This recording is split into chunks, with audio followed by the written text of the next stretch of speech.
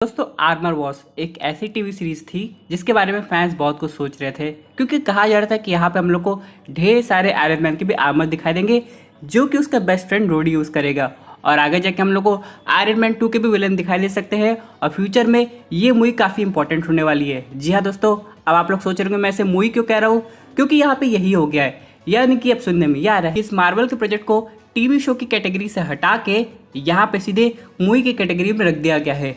अब यहाँ पे ये काफ़ी मेजर डिसीजन हुआ है मार्वल स्टूडियोज़ की तरफ से, क्योंकि दोस्तों अगर हम लोग बात करें इस टीवी सीरीज़ की तो ये आने वाली थी सीक्रेट इन्वेजन के बाद।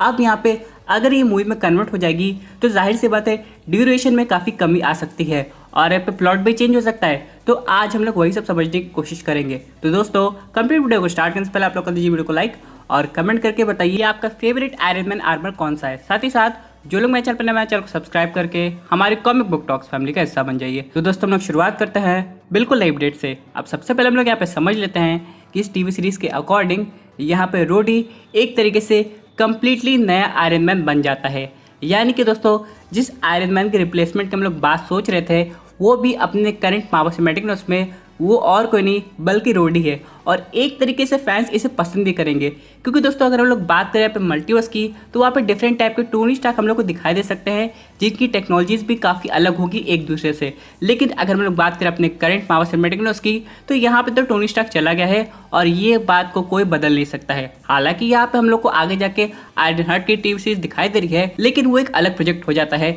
जहाँ पे वो अपना कॉम्बिनेशन वाइब्रेनियम से भी करने वाली है। लेकिन बात करें आयरन मैन की टेक्नोलॉजी की कि उसके जाने के बाद क्या होगा, तो यहाँ पे ये जितनी भी जिम्मेदारी है वो उसके बेस्ट फ्रेंड पे आ गई है एक तरीके से। क्योंकि दोस्तों आप लोग को पता होगा कि एवेंजर्स एंड गेम में जो 5 फेज का टाइम गैप था, यहाँ पे टोनी स्टार्क के पास जो मार्क 85 आर्मर था उसके पहले उसने काफी नए आर्मर ट्राई किए होंगे जो कि उसके अभी हो सकता है यहाँ गैराज में या फिर कोई और सीक्रेट लोकेशन पे रखे होंगे। और यहाँ पे अगर आप लोग बात करें नो वे होम के इवेंट्स की तो यहाँ पे पीटर पार्कर की जितनी भी टोनी स्टार्क की टेक्नोलॉजी थी वो एक तरीके के कब्जे में आ गई थी, वो भी डैमेज कंट्रोल के। लेकिन अभी भी दोस्तों कुछ ऐसे इवेंट्स होंगे फ्यूचर में जो कि रोडी को मजबूर कर देंगे टोनी स्टार्क की टेक्नोलॉजी को वापस से संभालने में।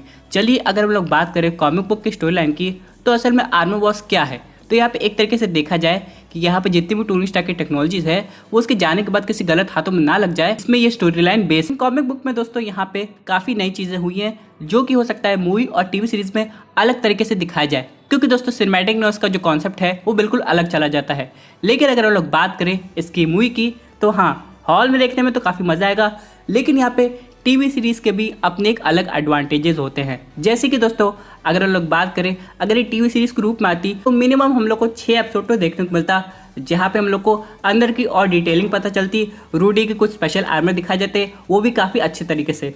लेकिन अगर हम लोग बात करें मूवी की तो ऑलमोस्ट ज़्यादा से ज़्यादा क्या होगा यहाँ पे 2.5 से 3 घंटा, और यहाँ पे उसमें सब कुछ कवर अप करना पड़ेगा। तो यहाँ पे सोचने वाली बात यह है कि मार्वल स्टूडियोज़ ने अचानक इतना इंपॉर्टेंट डिसीजन क्यों लिया।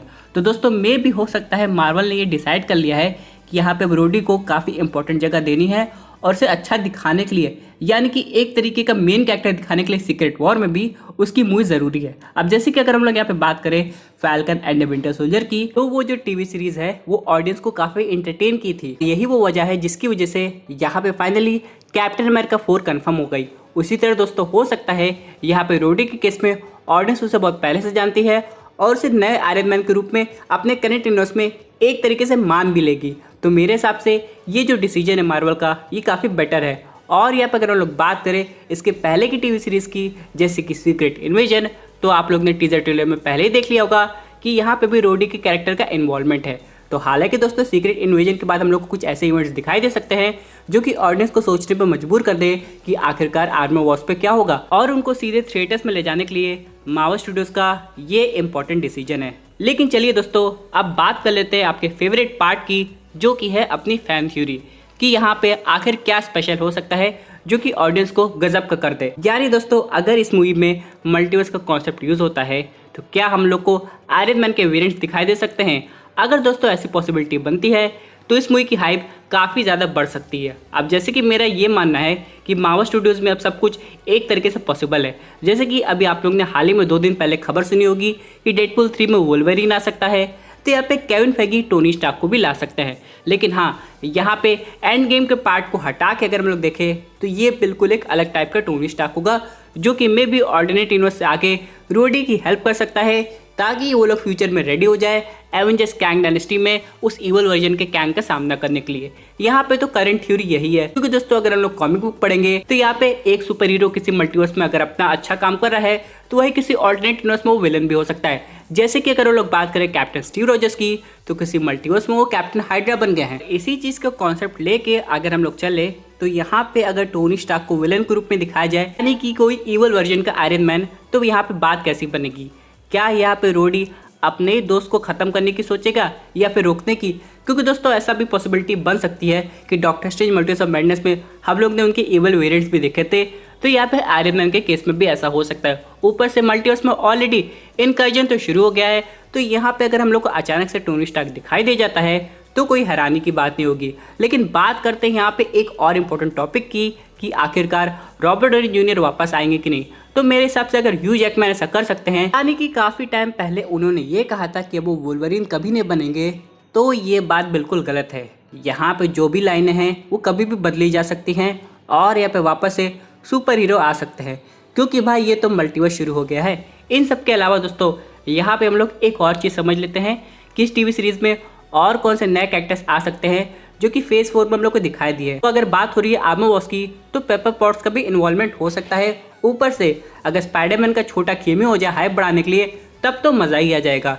इन सब के अलावा दोस्तों बात कर लेते हैं यहाँ पे एक और कैरेक्टर की जिसके पास खुद आयरन मैन की टेक्नोलॉजी आने वाली है, क्योंकि और कोई नहीं बल्कि है आयरन हार्ट। यहाँ पे हम लोग एक चीज़ समझ लेते हैं, उसकी काबिलियत का छोटा सा नमूना हम लोग को वकांडा फॉर एवर में देखने को मिल जाएगा। लेकिन अब सबसे इंपॉर्टेंट बात आती है कि अगर रोडी आयरन मैन की टेक्नोलॉजी को बचा रहा है तो उसे कंपेनियन की जरूरत होगी, और मेरा मतलब है एक बेहतर आर्टिफिशियल इंटेलिजेंस। और यहाँ पे दोस्तों हम लोग को ये भी देखना पड़ेगा कि आखिरकार ऐसी कौन सी एआई होगी जो कि रोडी का साथ देगी और बाकी आर्मर्स को बचाएगी।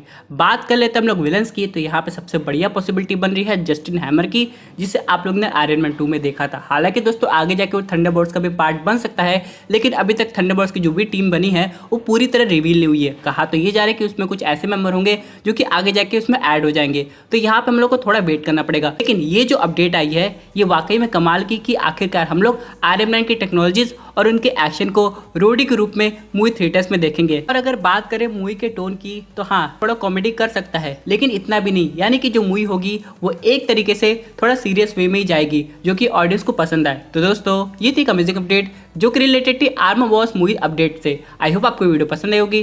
वैसे आपकी क्या विजन पर्टिकुलर टॉपिक पे अपनी व्यूज जरूर कमेंट कीजिए। और दोस्तों अगर आप ऐसे सुपर हीरो कंटेंट एंजॉय करना चाहते हैं तो हमारे चैनल को सब्सक्राइब करके सुपर हीरो फैमिली का हिस्सा बन जाएगा। Thank you for watching.